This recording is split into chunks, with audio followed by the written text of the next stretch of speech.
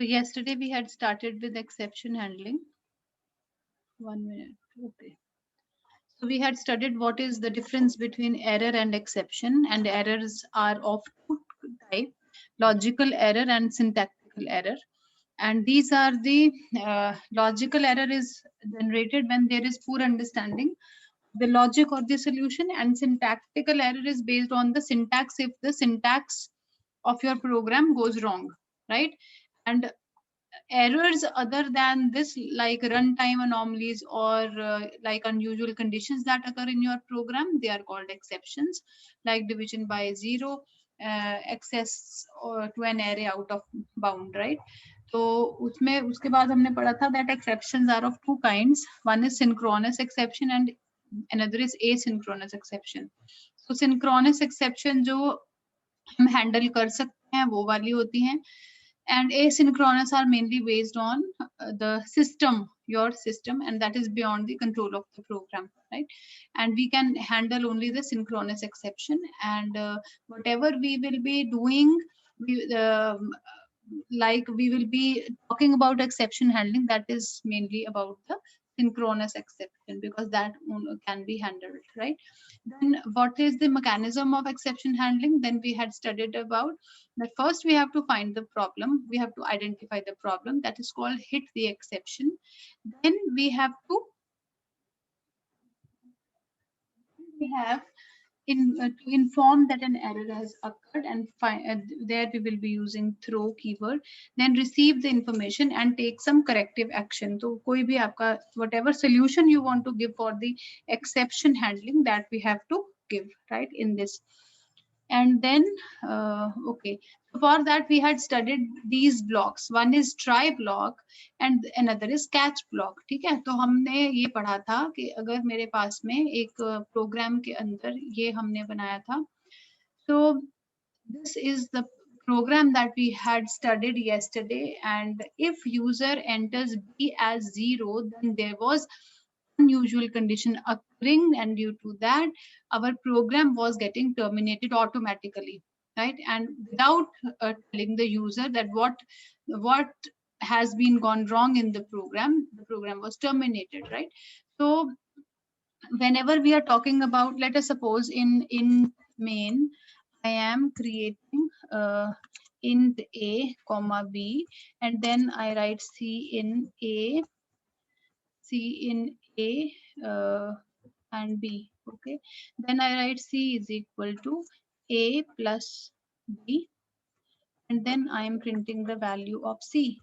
Okay, so if I run this program by including hash include iostream and using namespace std, so do you think that this program will work?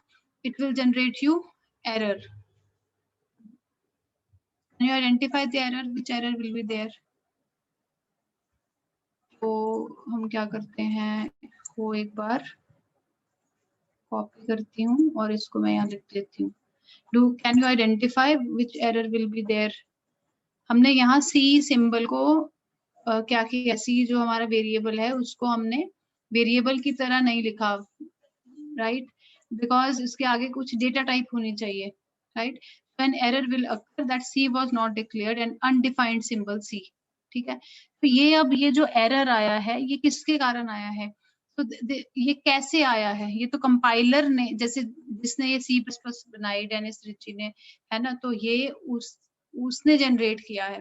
ठीक है, so this is a message for us that the C has not been declared, and by seeing this message we can write here कि ये int C है, and then I can rectify my program.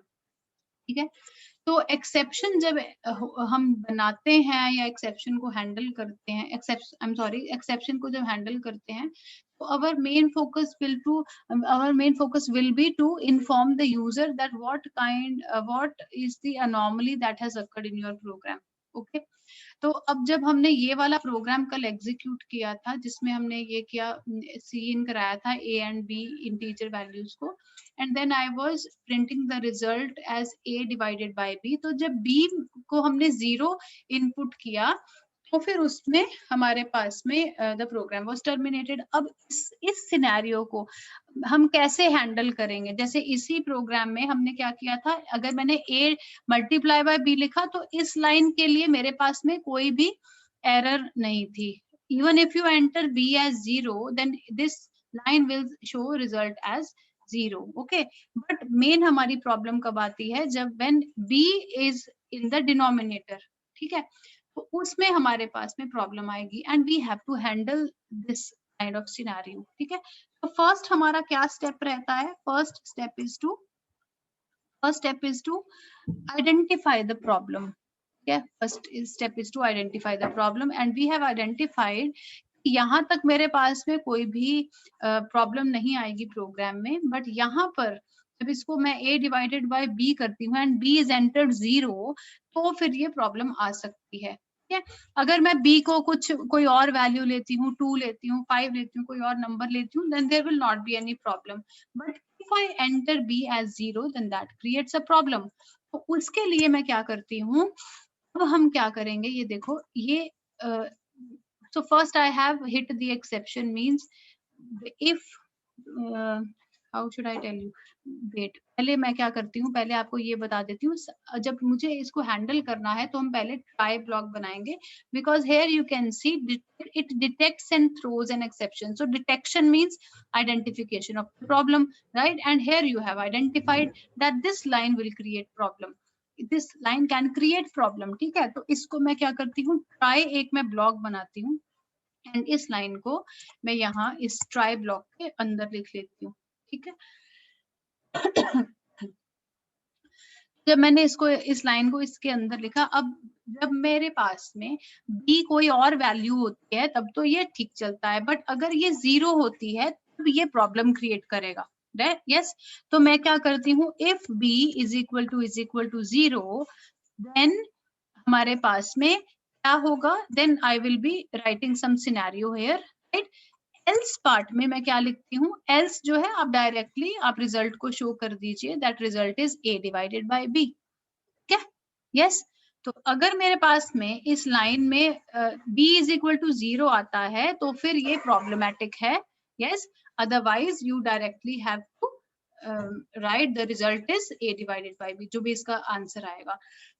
तो मैंने जो भी मेरे पास में problematic code वो मैंने ट्राई के अंदर डाल दिया। ठीक है, ये हमारा क्या हो गया, that in try we have to detect and throw the exception. अच्छा, अब थ्रो द एक्सेप्शन का मतलब क्या? पहला ट्राई हमने क्या किया, ट्राई कीवर्ड को यूज किया, ट्राई इज अ कीवर्ड, और उसको मैंने क्या किया है, इस ब्लॉक को बनाने में यूज किया है। तो अब क्या है, हेयर इन ट्राई, अब दूसरा कीवर्ड मेरे पास में क्या है, थ्रो, ये स्मॉल टी से थ्रो होता है। ठीक है, तो उसमें मैं क्या करूंगी, I will be writing throw and मैं यहाँ पर 0 कर देती हूँ, 0। ठीक है, कोई भी वैल्यू आपको थ्रो करनी पड़ेगी, राइट। ठीक है, अब इसकी हम वही मैकेनिज्म पे चलते हैं। तो फर्स्ट क्या स्टेप रहेगा हमारा, find the problem. Find the problem means hit the exception. Okay, so we have found the problem that if b is equal to 0 then that creates the problem in my program. So this step is called hit the exception. Okay, so this is called hitting the exception or identification of the problem. Okay, now inform that that an error has occurred, so we will be using throw and we will be throwing the exception. ठीक है, अब ये exception क्या है, यहाँ पर हम कोई भी एक वैल्यू को थ्रो करेंगे, इसको हम एक ऑब्जेक्ट की फॉर्म में हम मानते हैं, however it is an integer value here that I have written, तो उसको हम थ्रो करते हैं।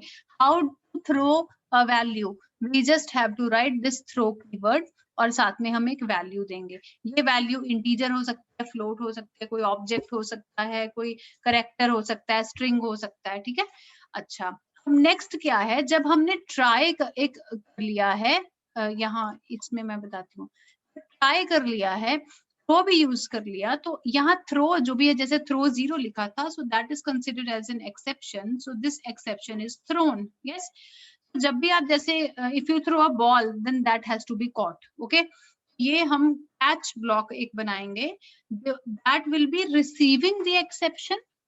देखो ट्राई ब्लॉक तो थ्रो कर रहा है ना, कैच क्या करेगा, that will be receiving the exception and it will handle the exception. Handle का मतलब क्या हो गया, हैंडल का मतलब that I have to give some solution. Okay, I have to give some solution for that exception that has occurred in your program. तो उसके लिए हम क्या करते हैं, first I have to receive the error information, means catch the exception and take corrective action. These are the two steps that we'll be using for the catch block. ठीक है, तो मैं अपने प्रोग्राम में क्या करती हूँ, यहाँ पर try के बाद में, see this is the try block. ठीक है, try के एकदम बाद में I will be writing catch block. Catch block, ये मेरा catch block है, because it has to receive the information that is thrown by the try block. So receive कैसे करोगे information, मैंने यहाँ पर round bracket में लगाया है और इसके अंदर मैं एक argument ले लेती हूँ। ठीक है, मैं कोई इसमें argument, इसका syntax क्या रहेगा कि आप type and you can write any data type and then you take the argument. ठीक है, अब यहाँ से मैं zero is the integer value, because I'm taking zero value, so I am writing here int x. any variable you can use, जैसे हम एक function में use करते हैं। ठीक है,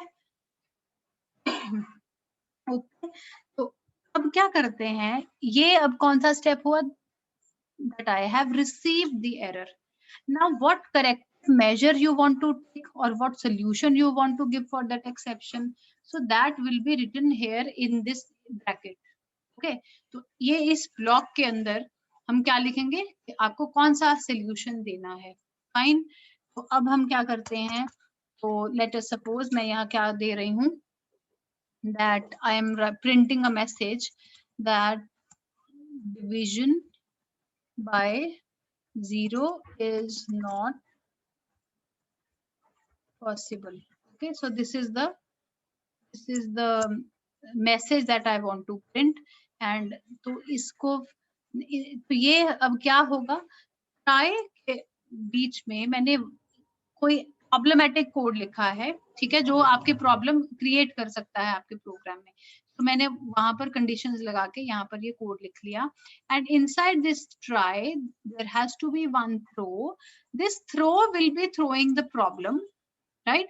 अब ये जीरो जरूरी नहीं है कि यहाँ जीरो थ्रो, कुछ भी आप इधर थ्रो कर सकते हो, but that condition, that particular condition has to be thrown, or some value you'll be throwing, and that value will be caught by catch block. Okay, and whatever solution you want to give for that exception, here you will be keeping the code.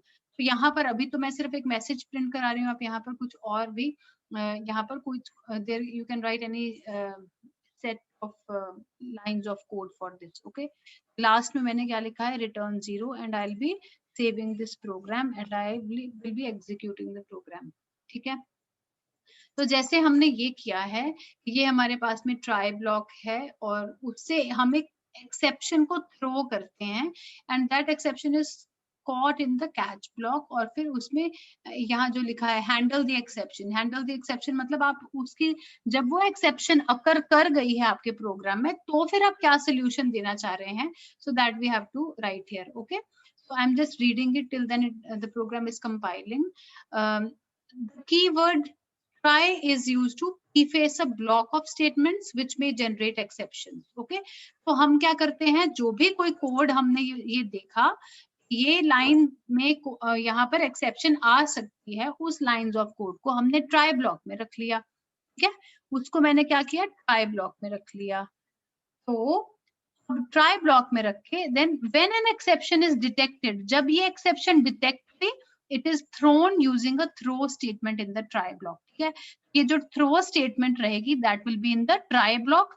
और कहाँ इसको use करेंगे, जब आपकी exception detect हुई है. Fine, तो इसके अंदर मैंने क्या किया है, इस प्रोग्राम के अंदर जहां ये B0 होगा तब मैंने इसको थ्रो किया है, मैंने बाद में नहीं इसको थ्रो किया. जो भी प्रॉब्लमेटिक कोड है कि मुझे पता है कि B जब 0 हो जाता है तब एक्सेप्शन आएगी, then I will be throwing that exception. Okay, according to this mechanism. Then catch block identified by the keyword catch catches the exception and handles it properly. Appropriately. तो कैच में क्या है, जो भी आपने यहाँ पर थ्रो किया है, what ever value you will be throwing, that type of value will be caught by the catch block. Then the catch block that catches an exception must immediately follow the try block that throws the exception. अब ये क्या है, try block और catch block में कोई भी और set of lines of code नहीं होना चाहिए, एक भी लाइन नहीं आपको रखनी कोई एक्स्ट्रा, जैसे मैं यहाँ एक और सी आउट लिख, no no, it is not possible. Why? Because जब भी आपका ये प्रोग्राम चलेगा, ट्राई ब्लॉक में जब ये पहुंचेगा, तो जो but whenever you are throwing something, some value, so it will be looking for the catch block, because वहां पर इसका solution पड़ा है. ठीक है, और फिर क्या होगा, further lines of code will get executed जो आपके प्रोग्राम में है. ठीक है, तो ये आपकी मैकेनिज्म रहेगी. तो इसका आपको पता है कि हमने क्या इसमें सिंटैक्स फॉलो किया है, कि आपके प्रोग्राम में हम ट्राई ब्लॉक लगा रहे हैं, और उस ब्लॉक के अंदर we will be throwing one exception, right, with the help of throw keyword. Throw keyword use करके हम एक्सेप्शन को थ्रो कर सकते हैं. और फिर लास्ट में क्या होगा, जब ट्राई ब्लॉक बंद हुआ है, साथ के साथ क्या आएगा, कैच ब्लॉक, और उसके अंदर आपको कैच करनी है exception, so you have to write the type of this exception, और उस एज आर्गुमेंट है, वो ऑब्जेक्ट है या एक वेरिएबल है आपके उसका, but we call it as an object, right, exception as an object. तो उसके बाद कैच ब्लॉक आपका बंद हो जाएगा. ठीक है, इसके अंदर सोल्यूशन देके. ओके, तो ये जो आपका प्रोग्राम था जहां हमने ये ट्राई एंड कैच ब्लॉक लगाया है, उसको हम पहले एग्जीक्यूट करते हैं. So first I have to enter the value of a. Let us suppose I am entering 20 and then it is asking for the value of b. अब मैं इसको 0 इनपुट कर रही हूँ क्योंकि मुझे पता है कि इसी पे एक्सेप्शन आएगी. जब भी मैंने इसको रन किया, अब yesterday if you remember the lecture, उसमें it was not running smoothly. ठीक है, साथ के साथ आंसर नहीं आया, बहुत देर के बाद ये टर्मिनेट हो गया था, and there was not a single message और एनी अदर हिंट के वहां कैसे ये अनॉमली अकर हुई है या कैसे ये टर्मिनेट हो गया है. But here we have a message. जब भी मैंने ये 0 इनपुट किया, तो साथ के साथ मेरे पास में मैसेज आया, division by 0 is not possible. ठीक है, तो ये कैसे आया है, जब भी मैंने यहाँ पर 0 यहाँ इनपुट किया, तो यहाँ पर it is now compared with this if statement, if b is equal to 0, right, and then throw 0. तो आपके पास में थ्रो जब भी आएगा, it will look for the catch block, and फिर उसके बाद में this 0 is now caught here by this x, and then आपके पास में ये वाला मैसेज, अब जो भी इसके अंदर सेट ऑफ कंडीशंस हैं जो कैच ब्लॉक के अंदर, दैट विल बी एग्जीक्यूटेड. ठीक है, अब इसीलिए जब 0 आया तो क्या हुआ, यहाँ से एक्सेप्शन थ्रो हुई, और फिर it will be looking for catch block. Catch block में ये रिसीव हुई है information, and it will be giving the solution. क्या सोल्यूशन है जो आपने यहाँ प्रिंट किया, that division by 0 is not possible. इसीलिए साथ के साथ यहाँ पर हमारे पास में ये मैसेज आ गया. ठीक है, आप यहाँ पर किसी फ्लोट वैल्यू को भी डाल सकते हो 1.0 करके. ठीक है, तो यहाँ पर आपके पास में फिर फ्लोट आना चाहिए, तो यहाँ आपको फ्लोट वैल्यू को कैच करना है. तो जैसे ही आप वैल्यू को थ्रो करोगे, वैसे ही वैल्यू को कैच करोगे. ठीक है, नेक्स्ट आप कोई करेक्टर भी ले सकते हो, जैसे ए करेक्टर ले लिया, या जैसे आप one you take one as a character only, right, so here it will be a character. ठीक है, अच्छा ये मैं ऐसे 1 मिनट, जैसे मैंने यहाँ 1 थ्रो किया, तो यहाँ मैंने इंट लिया था ना, जस्ट इंट x. तो अगर आपको इसको प्रिंट भी करना है किसी एक मैसेज को, so that number can get printed. ठीक है, जैसे अगर आप ये लिख रहे हो, आप इधर b की वैल्यू को आप इधर वो कर दो, b की वैल्यू को ही आप थ्रो कर दो. ठीक है, so that will be caught here, and then you can say division by, and here you can write b is not possible. Sorry, here b will not be taken, x will be written.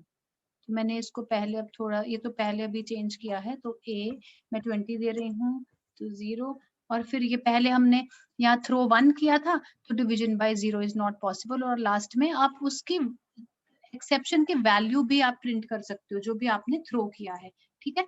तो इसमें जैसे अब मैंने division bye, ये मैंने अब अगर मैं इसको एग्जीक्यूट करती हूँ और मैं बी को फिर से 0 इनपुट कर देती हूँ तो वहां आ जाएगा division by 0 is not possible, और इसको मैं x को यहाँ हटा देती हूँ, right, only then it is, x को 2 बार तो प्रिंट करने का कोई मतलब नहीं बनता, ठीक है।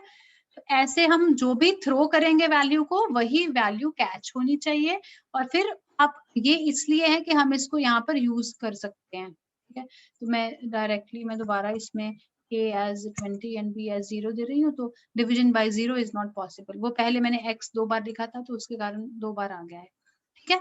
तो जैसे आप, मैंने आपको बताया कि कोई यहाँ आप करेक्टर दे रहे हो तो वो करेक्टर, तो यहाँ पर the value that will be caught by the catch block has to be character. यहाँ कोई स्ट्रिंग भी दे सकते हो, आप यहीं पर मैसेज प्रिंट कर सकते हो दैट डिवीजन बाय 0 है, ठीक है। यहाँ पर क्या होगा, अब ये अगर आप एज अ स्ट्रिंग आप दे रहे हो तो डायरेक्टली आप यहाँ स्ट्रिंग नहीं लिख सकते, तो यहाँ इसका बस इसको आपको देखना पड़ेगा कि यहाँ कॉन्स्ट करेक्ट पॉइंटर आपको लेना पड़ेगा, then it will be taking as a string, ठीक है। तो अगर आप यहाँ स्ट्रिंग दे रहे हैं, if you are throwing some string value, तो फिर आपको क्या देना पड़ेगा, यहाँ पर एक कॉन्स्ट करेक्टर पॉइंट देना पड़ेगा, ठीक है। ये इसको आप देख लें यहाँ करके, ठीक है।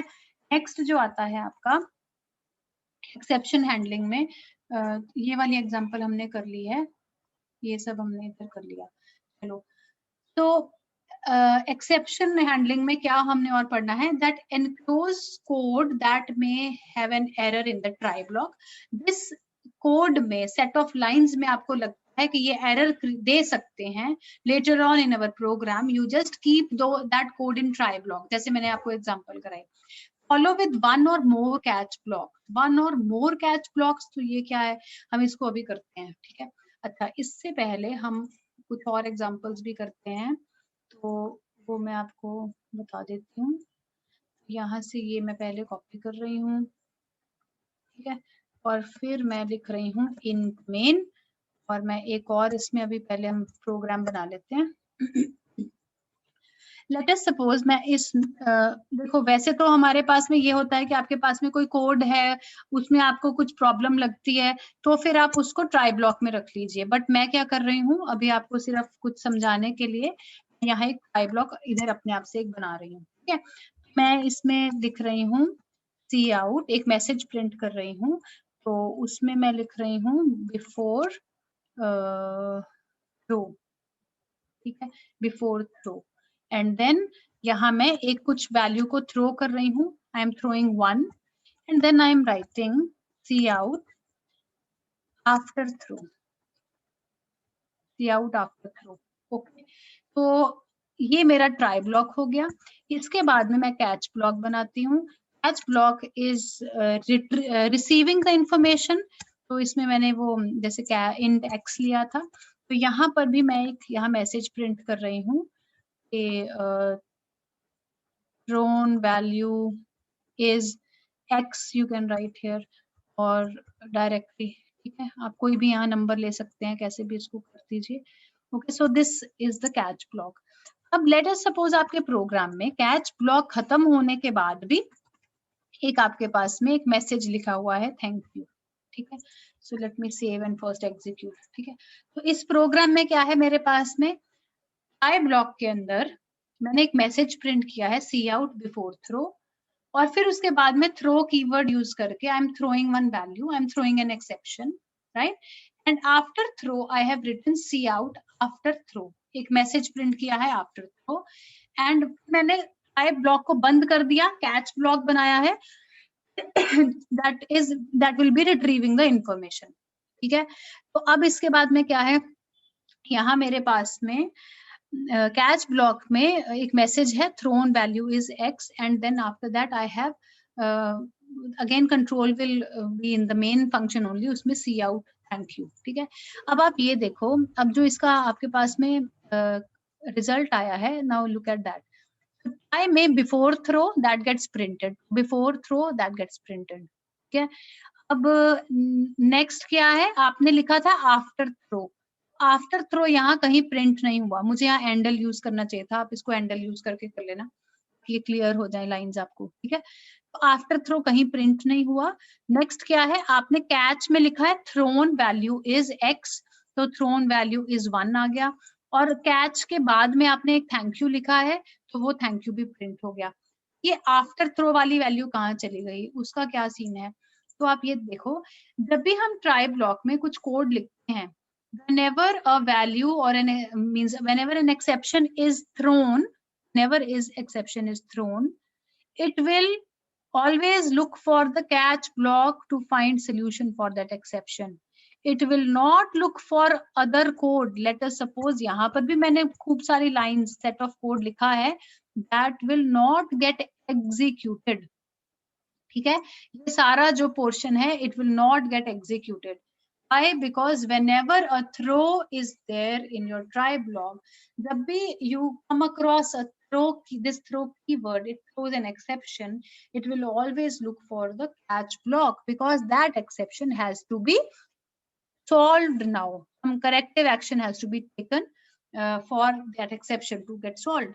तो वो सिर्फ catch block ही देगा, right? तो इसके बाद जितने भी आपके कोई यहाँ सेट ऑफ लाइंस होंगी इस ब्लॉक में, ट्राई ब्लॉक में, वो नहीं एग्जीक्यूट होंगी, ठीक है। और जब कैच ब्लॉक में यहाँ आपका एक्सेप्शन पहुंचा, साथ में जो आपने सोल्यूशन दिया हुआ है वो यहाँ पर वो सॉल्व हुआ है, देन व्हाट हैपेंस, उस ये अब ब्लॉक यहाँ खत्म हो गया। Now this cout is the part of main function. अब ये देखो, ये सब हटा के आप अगर सी आउट देखो तो किसका पार्ट है? मेन यहाँ से शुरू हो रहा है, फोर्थ लाइन से, again this is a part of this cout thank you is part of main function, right? So what will happen, यहाँ पर thank you will get printed, ठीक है, क्योंकि that is a part of main function. तो जब भी आपके पास में थ्रो कीवर्ड जहां पर भी आएगा, it will throw the exception और some value which is caught by catch to give the solution, right? And when this happens, then any code after the this throw keyword, that will not get executed, वो work नहीं करेगा, सिर्फ it will go to the catch काम करेगा, ठीक है। इसलिए हम कहते हैं कि यहाँ पर भी इन दोनों के बीच में भी हमारे पास में कोई डेटा नहीं होना चाहिए, कोई lines of code try and catch के बीच में भी, ठीक है। Okay, then next is okay, so I can have multiple catch blocks also in a program. तो ये मेरे पास में जैसे जैसे हमने अब यहाँ पर है follow with one or more catch blocks. Each catch block has an exception handler. तो मैं catch की कैसे बात कर रही हूँ अभी, जैसे मेरे पास में एक catch block मैंने बनाया, that is receiving integer information, okay? तो उसके अंदर मैं लिख रही हूँ, इसका कोई एग्जांपल ही कर लेते हैं, चलो इसको बाद में मैं कॉपी उधर कर दूंगी। So it can write that I am integer information या इंटीजर एक्सेप्शन इज, ठीक है। तो ये जो है ऐसे ही मैं एक कैच ब्लॉक और बनाती हूँ जिसमें I am taking character as the exception, और फिर मैं उसमें कैर इन्फो लिख रही हूँ, and then I am writing, यहाँ मैंने फ्लोट का मैंने लिया है, और यहाँ पर फ्लोट वैल्यू, ठीक है। ये यहाँ पर एक प्रोग्राम के अंदर, जैसे कि ये आपका प्रोग्राम है, इसमें मल्टीपल कैच ब्लॉक्स भी हो सकते हैं, ठीक है। एक ही प्रोग्राम के अंदर मल्टीपल कैच ब्लॉक्स हो सकते हैं, फाइन। अब सेम प्रोग्राम में मैंने क्या किया, if I am throwing 1, then I have written here int x integer info, character x character info, float x float info, ठीक है। तो जब मैंने इसको सेव किया and I am executing this program, तो अब एक प्रोग्राम के अंदर हमने अभी क्या सीखा कि एक प्रोग्राम के अंदर मल्टीपल कैच ब्लॉक्स हो सकते हैं, but there has to be only one try block. One try block मतलब for one exception there will be one try block. हो सकता है कि आपका प्रोग्राम 1000 लाइंस ऑफ कोड का है, तो उसमें जगह जगह आप ट्राई ब्लॉक्स ऐड कर सकते हो depending on the number of exceptions that is occurring in your program, okay. However, for one exception, for one exception there can be multiple catch blocks. अब जैसे इस प्रोग्राम के अंदर एक ट्राई ब्लॉक है या एक एक्सेप्शन यहाँ हम थ्रो कर रहे हैं, तो आप ज्यादा भी थ्रो कर सकते हो, वो हम एग्जांपल करेंगे, बट एक ट्राई ब्लॉक के लिए आप मल्टीपल कैच ब्लॉक्स रख सकते हो, ठीक है। अब ये कैसे चलेगा, ये देखो, जैसे हमारा यहाँ पर ये रहा इसका आउटपुट, क्या है मेरे पास में, पहले मैंने लिखा है before throw, right, so before throw gets printed, then integer info and then thank you, right, integer info, इसका मतलब क्या है, before throw तो यहाँ print हो गया because throw से पहले है, ठीक है। now what happens, whenever you come across throw keyword, it will be throwing the exception. अब ये exception कौन सी तरह की है, ये integer data type की है, character की है, float की है, तो यहाँ पर it will be this thrown value will be matched with all the catch parameters. कौन से catch में, तो एक मिनट,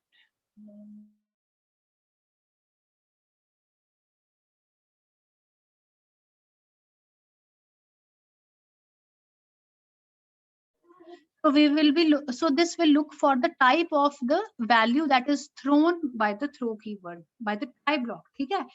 तो हमारे पास में ये जो 1 है इससे इसमें से मैच करती है x, int x से मैच करती है, तो it will be thrown in this catch block and this catch block will be receiving this information x information, and उसके अंदर जो आपने solution दिया है सी आउट कर दीजिए integer info, so that gets printed, ठीक है। इसीलिए यहाँ पर integer info print हुआ है, and then last में जो thank you है that is a part of the main function, और ये catch blocks खत्म, ठीक है। तो आप कुछ भी यहाँ पर थ्रो करते हैं, इतने मर्जी यहाँ कैच ब्लॉक्स लगा सकते हैं, but it will B only one catch block will be giving solution for one exception, ठीक है। वो कैसे पता चलेगा, वो आप यहाँ पर वैल्यू मैच होगी, ओके, ठीक है।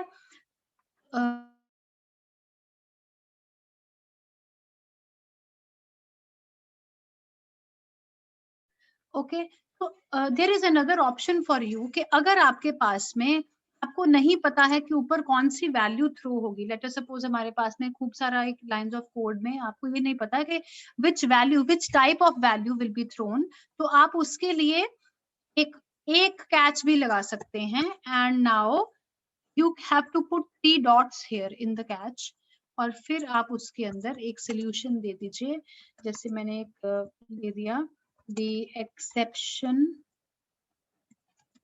has been caught, okay, so here you can give this message that an exception has been caught. तो ये जो कैच है हमारे पास में, it will be, मैं इसको compile and run कर रही हूँ, so this catch will be working for all kinds of exception, ऐसे भी exception कोई थ्रो की जा रही है from the try block, so it will be working for all kinds of exception, ठीक है। हमने अभी क्या देखा है कि एक प्रोग्राम के अंदर there can be multiple catch blocks, एक ट्राई के लिए खूब सारे आप कैच ब्लॉक्स भी बना सकते हैं, ठीक है। बट दूसरा क्या है, आपको अगर नहीं पता है कि कैसी वैल्यू थ्रो होगी, so you just take this catch block, उसमें क्या है, we have to put 3 dots and this catch block will work for all the cases, okay. तो ये हमारे पास में मैसेज आया है, before throw and the exception has been caught, thank you, ठीक है। कैच ब्लॉक्स मल्टीपल भी हो सकते हैं आपके प्रोग्राम के अंदर, और हम एक कैच ब्लॉक भी लगा सकते हैं, this can receive any kind of argument, right, all kinds of argument, fine, okay. तो इसके बाद का हम एग्जाम्पल एक दो रहते हैं, वो हम करेंगे नेक्स्ट लेक्चर में। If you have any question till now, you can ask me, you can raise your hand and you can ask.